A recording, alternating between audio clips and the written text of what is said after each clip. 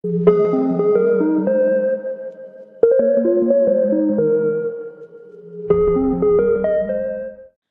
friends, this is Dr. Mamta Rathi. I welcome you all on my YouTube channel Dr. Mamta's Educational Plex. Friends, we are discussing corporate accounting's chapter-wise MCQ type questions. Till now, we have discussed MCQ type questions on amalgamation of companies, absorption of companies and reconstruction of companies. Today, in this video, we will discuss on holding companies, accounts of holding companies MCQ type questions. So, let us begin with our first question. Preparation of consolidated balance sheet of holding company is as per Accounting Standard 11, Accounting Standard 22, Accounting Standard 21, Accounting Standard 23. Consolidated balance sheet का जो preparation होता है holding company में वो accounting standard 21 के basis पर होता है. Option C is the correct answer. The shares of outsiders in the net assets in subsidiary company is known as outsiders liability, assets, subsidiaries companies liability, minority interest. Outsiders के जो shares होते हैं वो net assets में जब भी हम subsidy company के देखते हैं, कंपनी में बात करते हैं तो उसे हम कहते हैं minority interest. Option D is the correct answer. Pre-acquisition profit in subsidiary company is considered as revenue profit, capital profit, goodwill, none of these. Pre acquisition profit जो होता है सब्सिडरी कंपनी में उसे कंसिडर किया जाता है कैपिटल प्रॉफिट से. So option B is the correct answer. Next, excess of cost of investment over paid up value of shares is considered as goodwill, capital reserve, minority interest, none of the above. अब हमारी cost of investment, अगर cost of investment से हमारी जो paid up value है वो access होती है तो ये गुडविल हो जाती है हमारी. Option A is the correct answer. Excess of paid up value of shares over cost of investment is considered as, options are goodwill, capital reserve, minority interest, none of the above.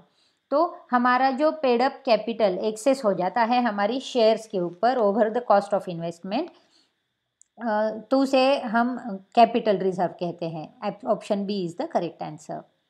Profit earned before acquisition of shares is treated as capital profit, revenue profit, general profit, revaluation loss. Profit जो earn किया जाता है shares के acquisition के पहले उसे कहा जाता है capital profit. Option A is the correct answer. Profit earned after acquisition of shares is treated as, options are capital profit, revenue profit. Once again we will see this question. Profit earned after acquisition of shares is treated as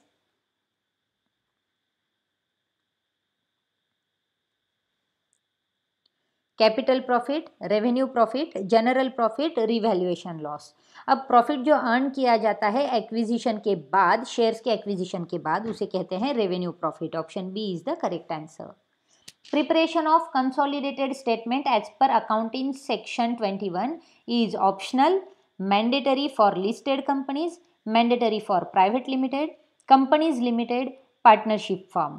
तो जो listed companies होती है उनके लिए accounting standard 21 के तहत preparation of consolidated statement बनाना mandatory होता है.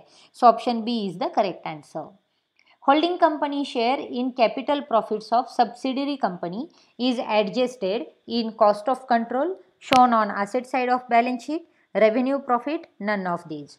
होल्डिंग कंपनी का जो शेयर होता है कैपिटल प्रॉफिट में सब्सिडियरी कंपनी के उसे एडजस्ट किया जाता है कॉस्ट ऑफ कंट्रोल में. Option A is the correct answer. Holding company share in revenue profits of subsidiary company is adjusted in, options are cost of control shown on asset side of balance sheet, profit and loss account, none of these. तो holding company share जो होता है revenue profits में subsidiary company के वो हम adjust करते हैं हमारे प्रॉफिट एंड लॉस अकाउंट में. Option C is the correct answer. Unrealised profit on goods sold and included in stock is deducted from. अब जो कुछ भी अनरियलाइज प्रॉफिट होता है हमारा सोल्ड गुड्स में और जो कुछ भी स्टॉक में भी इंक्लूडेड होता है उसे हम डिडक्ट कर देते हैं हमारे रेवेन्यू प्रॉफिट में से. So option B revenue profit is the correct answer.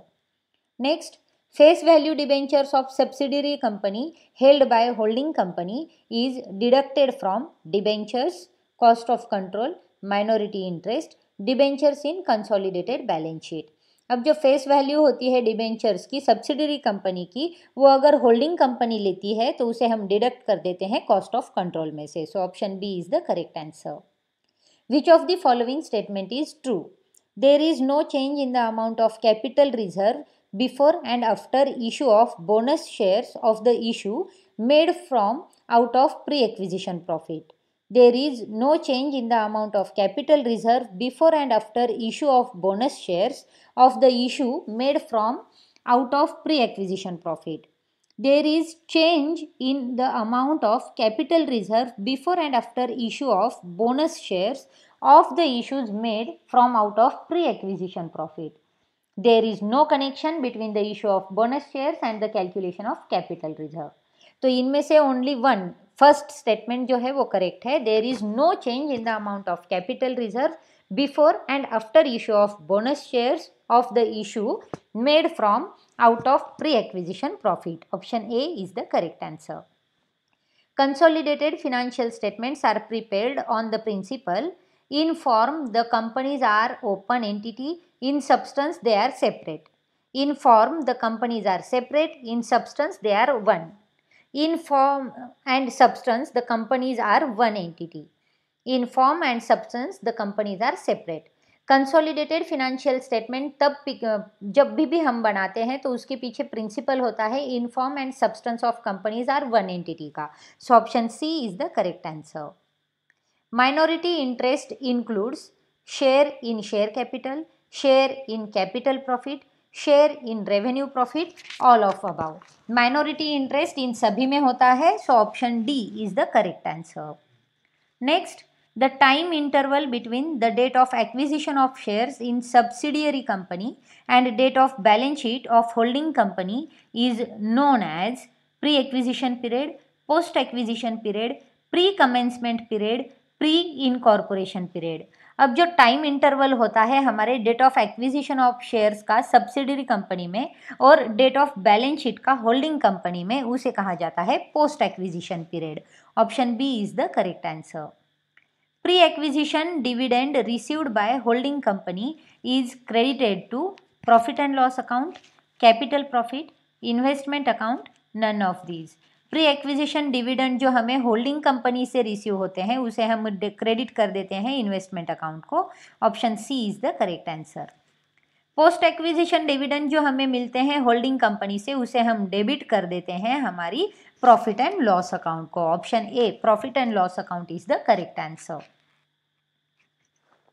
Next question, which exchange rate will be considered for conversion of share capital of subsidiary company? Opening rate, closing rate, average rate, rate which date shares acquired actually. अब जो exchange rate होता है conversion of share capital का subsidiary company का, उसे हम कौन सी rate से कंसिडर करते हैं? तो वो ये वाला रेट होता है जब भी हम शेयर को एक्वायर करते हैं. सो option D is the correct answer.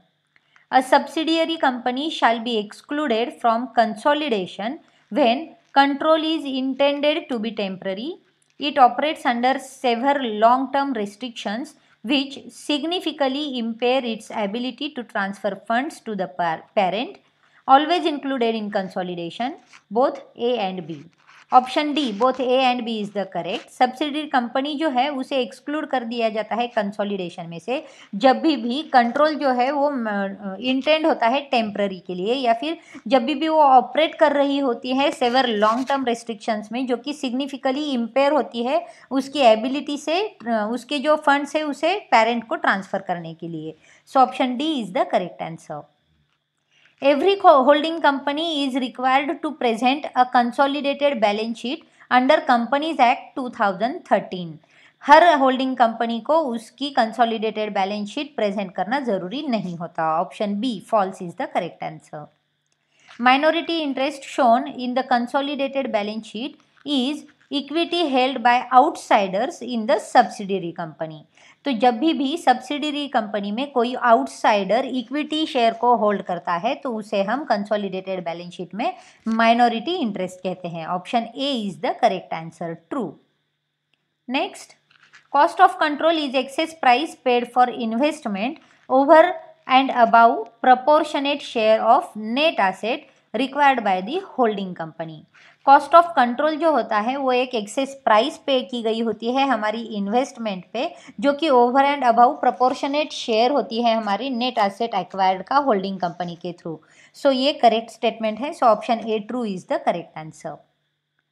There is no need to show intra-company dividends in the consolidated profit and loss account. Consolidated profit and loss account में हमें इंट्रा कंपनी डिविडेंड्स को show करने की ज़रूरत नहीं होती है। ये सही स्टेटमेंट है। So option A is the correct answer. Profit on revaluation of fixed asset is a capital profit and depreciation on such amount is a revenue loss. Revaluation जो होता है हमारी फिक्स्ड एसेट का, उसके ऊपर जो भी प्रॉफिट होता है वो कैपिटल प्रॉफिट है, और जो डेप्रिसिएशन हम देते हैं तो उसके ऊपर जो कुछ भी अमाउंट आती है वो रेवेन्यू लॉस है। ये स्टेटमेंट भी करेक्ट है। So option A is the correct answer. The financial year of holding and subsidiary company must be same.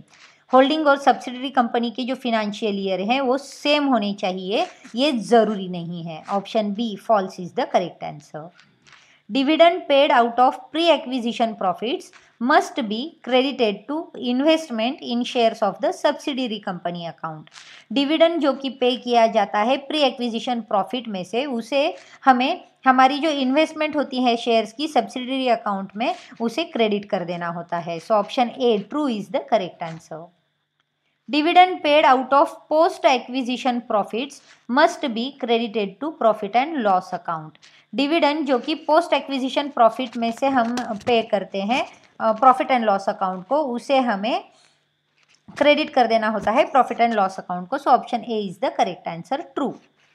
For calculating minority interest there is needed to distinguish between capital and revenue profits of subsidiary company. Minority interest को calculate करने के लिए हमें capital और revenue profit जो होते हैं subsidiary company के, उन्हें डिस्टिंग्विश करने की कोई ज़रूरत नहीं होती। Option B false is the correct answer. For calculating cost of control here is no need to distinguish between capital and revenue profit of subsidiary company.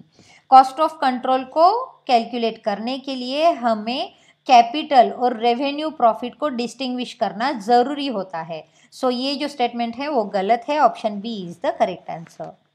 Only external contingent liabilities are shown as footnote in the consolidated balance sheet, but internal contingent liabilities are not shown in consolidated balance sheet.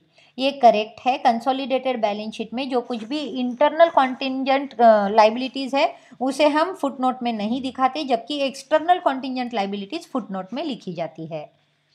Next, issue of bonus shares out of post acquisition profits by the subsidiary company has the effect of increasing the paid up value of shares and reducing the cost of goodwill of the holding company. ये statement भी correct है। जब भी हम bonus share का issue करते हैं post acquisition profit में से सब्सिडियरी कंपनी के थ्रू, तो इसका जो इफेक्ट है वो इफेक्ट होता है paid up value of shares जो है वो इंक्रीज हो जाती है, और कॉस्ट ऑफ गुडविल जो होती है होल्डिंग कंपनी की उसे रिड्यूस कर देता है। So option A true is the correct answer.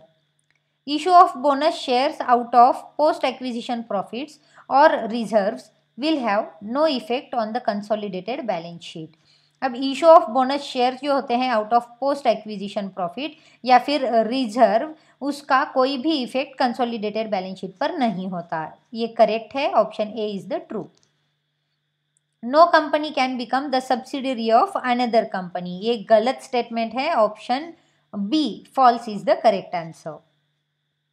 कोई भी कंपनी किसी भी कंपनी की होल्डिंग या सब्सिडरी कंपनी बन सकती है। A company has to acquire more than 50% shares of another company in order to become a holding company. Correct है। एटलीस्ट 51%, यानी कि 50% से ज़्यादा अगर हम शेयर किसी कंपनी के लेते हैं तभी उस कंपनी पे हमारा होल्ड हो सकता है। So option A is the correct answer. A parent company is one that has more than one subsidiary company, ये भी करेक्ट है। पेरेंट कंपनी को जब भी एक से ज़्यादा सब्सिडियरी कंपनी होती है तो उसे पेरेंट कंपनी कहा जाता है। Option A is the correct answer. A parent and its entire subsidiary are known as group एक पेरेंट और उसकी जो सारी एंटायर सब्सिडियरी कंपनीज होती हैं वो एक ग्रुप के तरह यूज कंसिडर की जाती है या पहचानी जाती है. So option A is the correct answer, true. So friends, in this way we have completed our MCQ type questions of accounts of holding companies, जहाँ पर हमने कई सारे क्वेश्चंस देख लिए, उनके एक्सप्लेनेशन और आंसर्स भी देख लिए. फ्रेंड्स, आपको मेरे ये वीडियो कैसे लग रहे हैं कमेंट बॉक्स में बताना ना भूलें. अगर आपने मेरी चैनल को अब तक सब्सक्राइब नहीं किया है तो मेरी चैनल को सब्सक्राइब करना ना भूलें. सो फ्रेंड्स, हम लोग फिर मिलेंगे नेक्स्ट वीडियो में, जहाँ पर हम देखेंगे लिक्विडेशन ऑफ कंपनीज के MCQ टाइप क्वेश्चंस. तब तक के लिए देखते रहिए, शेयर करते रहिए. Thank you.